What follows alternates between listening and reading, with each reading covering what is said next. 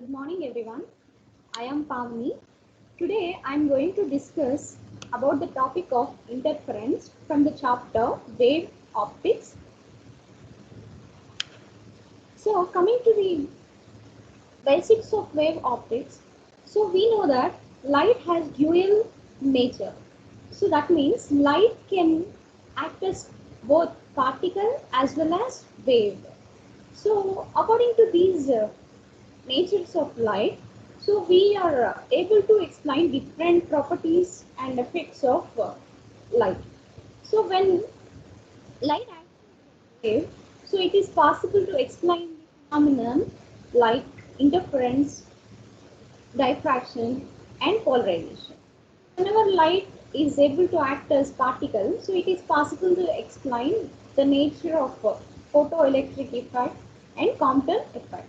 So in this, we are going to discuss the concept of interference. So which is considering the light as wave. So before interference, first let us discuss what is behind this interference concept. So the main interference is nothing but principle of superposition. Superposition in the sense, so when two waves meet with each other, so that means when they act upon with each other, so at the time, so the resultant intensity or amplitude can increase or decrease. So concept of principle of superposition tells us when two light waves act upon each other, so then the resultant amplitude or intensity in the region of superposition is different than the amplitude of individual waves. Traveling with different velocities.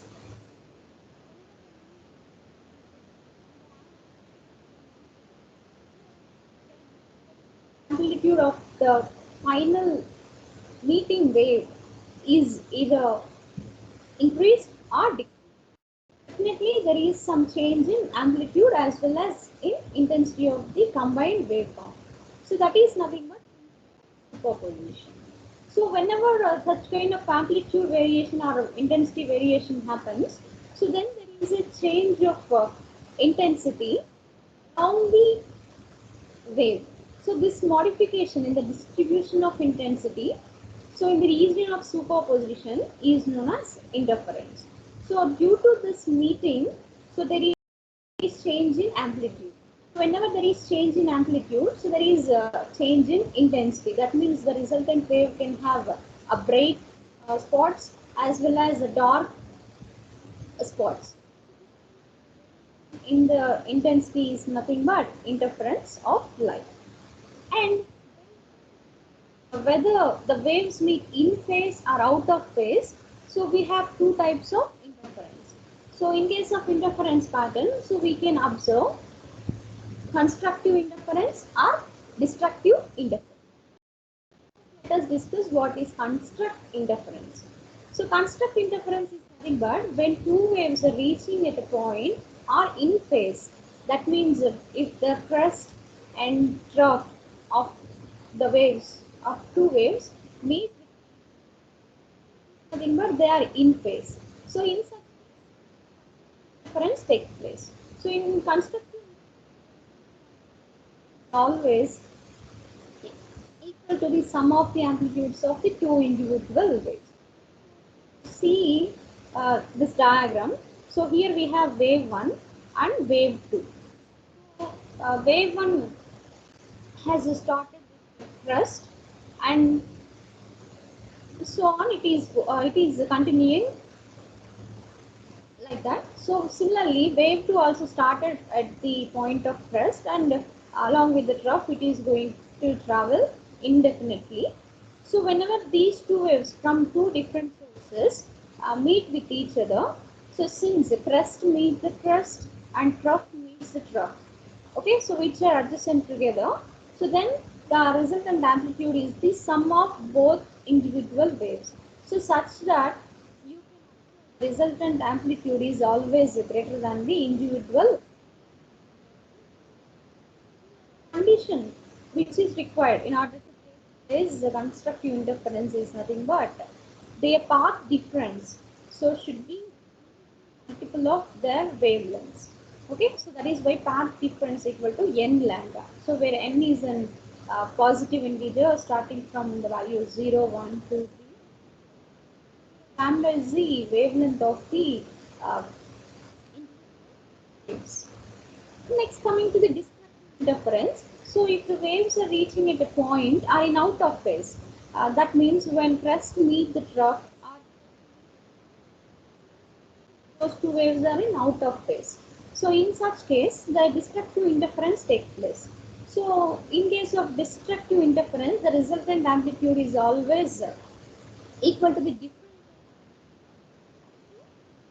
of waves. For example, if the amplitudes of the both waves are same, so then the resultant amplitude will be zero. That means we will not be able to observe any kind of resultant waveform.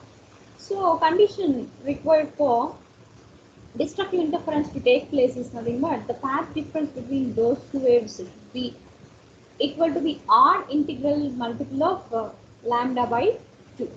So that means the path difference should be either 2n minus 1 into lambda by 2 or 2n plus 1 into lambda by 2. So here these values indicate the odd values, okay. So where n is again positive integer starting from the values from 0, 1, 2, 3, 4 and for this diagram here wave 1 so has started from the crest and continuing like that. So here wave 2 has started from the trough. So that means in this interference crest meets the trough. Resultant amplitude is the difference of individual waves. Since the amplitudes of these two waves are same, so the resultant amplitude of the resultant amplitude of the resultant wave is 0. Since A1 equal to A2, so A1 minus A2 equal to 0. So that is why there is no resultant waveform, which you can observe here only normal line.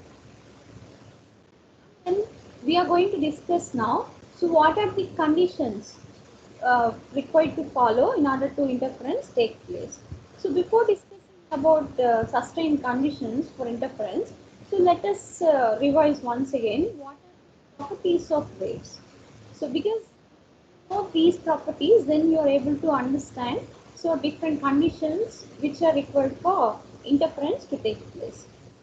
Now, coming to the properties of waves, the prime properties, the very important properties of waves are amplitude, wavelength, time period, frequency, and the phase. So if you observe the diagram here, so it is a wave, one periodic waveform. Coming to the property of amplitude, so amplitude is nothing but the maximum displacement from the mean. That means it is simply called the height of the wave or vertical distance of the wave. So here this amplitude is measured in meters. So next wavelength. So wavelength is nothing but the distance between two adjacent peaks. That means two adjacent troughs, adjacent crests. So since it is also the distance, it is also measured in. Next one is time period. So time period is nothing but the time taken by the wave to complete one oscillation. That means starting from the crest to trough crest. So it is nothing but the time period of the wave. So next coming to the property known as frequency. So here frequency is nothing but the number of oscillations per second. Okay, so such kind of oscillations take place. How many number of crests and troughs will be able to get per 1 second? So is nothing but generally frequency can be found as the reciprocal of the time period. Next important property is phase.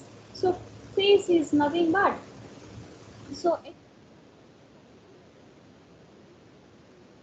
the wave has been take place. That means whether it has started from the crest or trough. Okay. When it is compared with the another waveform, so what is the times and these two peaks with to time. So these are different properties of waves, so which we need to understand before discussing about constraint condition for interference. Now discuss the important conditions required for interference. Nothing but first condition is two light sources of emitting light wave should be coherent. So coherence in the sense they should have same phase relationships. Whenever two light waves have same phase relationship, okay, so then they are coherent. So otherwise they are incoherent. So next, these two sources must emit continuous light waves of same wavelength and frequency. So it should be continuous with respect to time, and they should have equal wavelength as well as frequency. Wavelength or frequency, then the interference will not take place. So next condition is two sources should be small. So when we have two light sources, so the distance between those two should be very small. Very large. So the other condition we need to remember is the distance between the sources must be small, but the screen where we are going to observe the interference should be very large. And to view interference fringes, the background should be dark. So if the background is dark, so we'll be able to observe the bright or dark fringes neatly. So that is why the background of the screen should be dark. So next one is amplitude of light wave should be equal or nearly equal. There will be a light wave variation in the amplitude of two waves, but it is almost nearly equal or equal. And these it should be very, very small sources. So the other condition is the sources should be monochromatic. That means they should have only single color and they should emit only the wave forms with only single wavelength. So which is nothing but monochromatic. We are going to discuss the interference which is taken in thin films. Able to observe the interference concept in our real life, like whenever we see rainbow colors on the soap bubbles, or else in oil bubbles. Okay, so we can see the process there is nothing but interference. So similarly, we are going to discuss about the interference. So whenever interference takes place on thin films, so there is possibility of obtaining dark and as well as bright. Formation of colors in thin films can be explained due to the phenomenon of interference. An arrangement which we are going to use to observe the interference in thin film. So we have taken a thin film, so with its thickness T, and it has its refractive index mu. And here we are going to incident a light ray AB. So on the surface of the thin film at point B. So there we have drawn a perpendicular line known as normal. So whenever this light ray strikes the thin film, so a part of the light ray will be refracted into the film and the other part of the light ray will be reflected from the surface of the top surface of the thin film. So if you observe in the figure, so AB is the incident ray and BD is the refracted ray into the film. Similarly, BC is the reflected light ray from the top surface of the thin film. And here the refracted ray BD again touches the surface of the thin film and hence it again reflects back onto the top surface of the thin film. From there onwards it is going to refract once again and emerges out in the form of light ray EF. So if you observe here, BC and EF are the two light rays which are reflected from the bottom and top surfaces of the thin film. Light rays will meet at some particular point. So whenever they meet, there may be a chance of interference taking place. Different paths taken by the these two different waves, there is a path difference between these two light rays. So that path difference is given by the expression 2 mu t cos r minus lambda by t. By constructive interference take place and to observe the bright fringe, so we consider the condition which is nothing but the path difference should be equal to integral multiples of wavelength. 2 mu t cos r minus lambda by 2 equal to n lambda. So 2 mu t cos r equal to n lambda plus lambda by 2. So 2 mu t cos r equal to 2n plus 1 lambda by 2. So this is the condition required for constructive interference take place. Whereas destructive interference will take place when the path difference will be equal to r multiples of lambda by 2. So 2 mu t cos r minus lambda by 2 equal to 2n minus lambda by 2 or 2n plus 1 lambda by 2. So here I have considered 2n minus 1 odd value of lambda by 2. So in such case 2 mu t will be equal to n lambda. For destructive interference to take place. So this is how we are going to observe bright or dark fringes based on the interference taken place between the light rays BC and EF, which are nothing but the reflected waves from the top surface as well as bottom surface of thin film. So next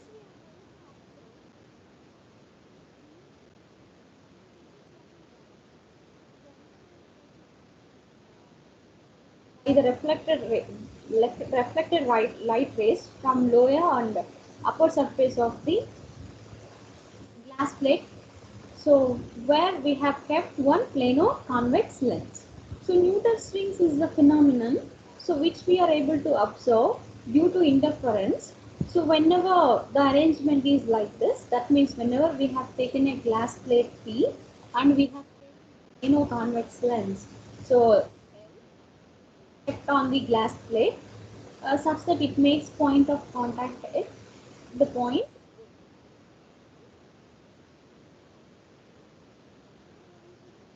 Take another glass plate G. So it is kept at 45 degrees, that makes an angle with horizontal. So again, so we are going to use one monochromatic light, so which should fall on the plane of convex lens normally, as shown in this figure. So whenever light rays which are emerging from monochromatic light fall on the glass plate, so which is inclined at the 45-degree angle and touches the top surface of the plano convex lens. So few of light rays will go back since they are incident normal. So this is observed by the help of traveling microscope. And light rays which are incident on the plano convex lens touch the bottom surface of the plano convex lens and then refracted to the glass plate P, and again from there onwards they are going to cut back again and enter into the air. So where they are going to meet at some point so that the interference to take place. So here if you observe in this right side figure, so here we have taken a glass plate P, so on which we have kept one plano convex lens L. So here AB is the ray which is going to incident normally onto the plano convex. This is the bottom surface of the plano convex lens, and a part of the light ray is going to be refracted. Similarly, a part of the light ray is going to be reflected from the bottom surface of convex lens. So light ray 1 so is going to reflect and again touches the top surface of the plano convex lens and emerges from there as ray 1, and the other ray so which is going to be refracted onto the glass plate, and from there onwards it is going to reflect back once again into the plano convex, emerges as ray 2. Is in air film. Okay, air film which is present between the plano convex lens and glass plate. How the interference will take place between ray 1 and ray 2. So now whenever those rays, ray 1 and ray 2 meet with each other, so the general condition required for constructive interference to take place is nothing but path difference should be equal to n lambda. Since there is path difference between those two waves, the difference is given as 2t plus lambda by 2, which is equal to n lambda. From this, we are going to get the condition as 2t equal to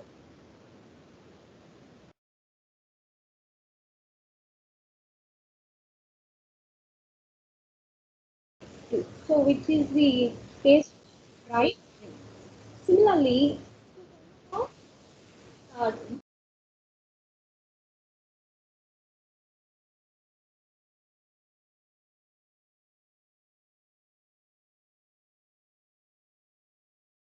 two n plus of lambda by 2. So, this is the condition for destructive. 2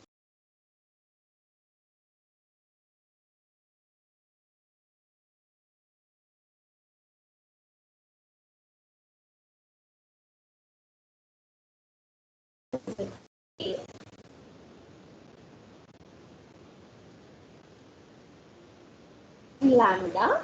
So, which is the condition required for destructive interference to take place. So, where n is the positive integer that takes different values from 0, 1 to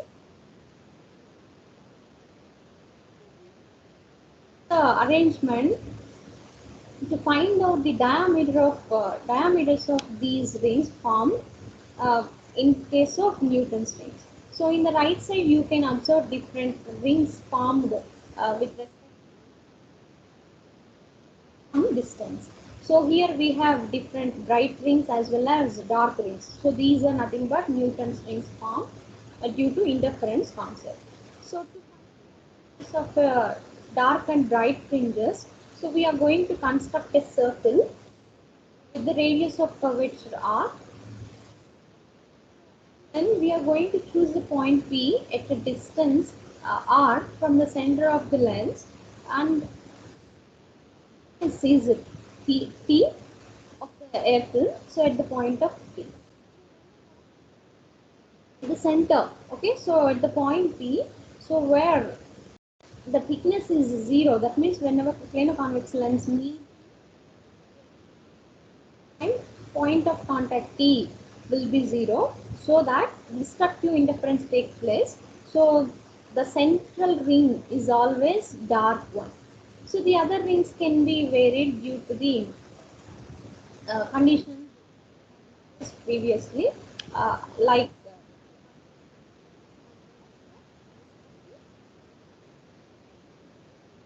find out the diameters with the help of this arrangement shown in the left hand side figure. So from the mathematical principles, so if we find the diameters for both dark as well as bright fringes, so for dark diameter is directly proportional to the square root of odd natural numbers, okay, with respect to their lambda values, lambda by 2. So whereas dark rings, the diameter is going to be directly proportional to the square root of the wavelength lambda by 2. So these are helpful, these diameters are helpful to find out the refractive index of a liquid. Similarly, we can find out the wavelength of the is incident on the plane of convex lens. So these are different applications of Newton. So this is the formula we are going to use to determine the wavelength of sodium light. So using Newton's rings. We are going to construct Newton's rings. So due to interference concept, we are going to observe different bright and dark rings. So which I have shown in this figure. So which are nothing but the Newton's rings. So we can find out the wavelength of the light used. Okay, so if the radius of the curvature of the lens is known, so we can find out the radius of the curvature of the lens. Okay, By using the formula lambda equal to dn square minus dm square by 4 times of n minus m into r. So here dn is the nth ring of Newton's rings. M is the nth dark ring of the Newton's rings, and n is the nth ring value and m is the nth ring value. So, and which is multiplied by the radius of the curvature of plane of use this formula, we are able to find out the wavelength of given light. Similarly, so we can find out the refractive index of liquid. So by we are going to arrange the equipment like this. So forming Newton's rings, and then we will observe the Newton's rings, and then so we'll be able to find out the refractive index of the wavelength of light which we have. Similarly, we are going to calculate the previous section. We have used air as the medium. So in order to find out the refractive index of the liquid, we are going to use water, okay, or any liquid in which we are going to find the refractive index of that particular liquid, and then we have to arrange that equipment inside the liquid to find out the refractive index. Forming Newton's rings and measuring the diameter of the rings formed, so we can calculate the refractive index of the liquid by using the equal to dn square minus n dash square minus dn dash square. So here dn and dm are the nth and mth rings, dark of Newton rings, which is whenever it is placed in air as the medium. Here dn dash and dm dash are the diameters of the dark rings when the arrangement is arranged inside the liquid whose refractive index is to be measured. So that is the variation between these two values. So dn dash is nothing but n dark ring which we have inside the liquid. Okay, similarly dm dash is the mth ring, so which is resulted so due to the interference concept. So in case of Newton's rings, that is taken place inside the liquid. So mu is nothing but the refractive index of that particular liquid. So by comparing and by taking the ratio of these squares, okay, the squares of those diameters, will be able to measure the refractive index of particular liquid using Newton's rings method. So hope you have understood what I have discussed today. So if you have any queries, you can comment in the comment section. So thank you for watching.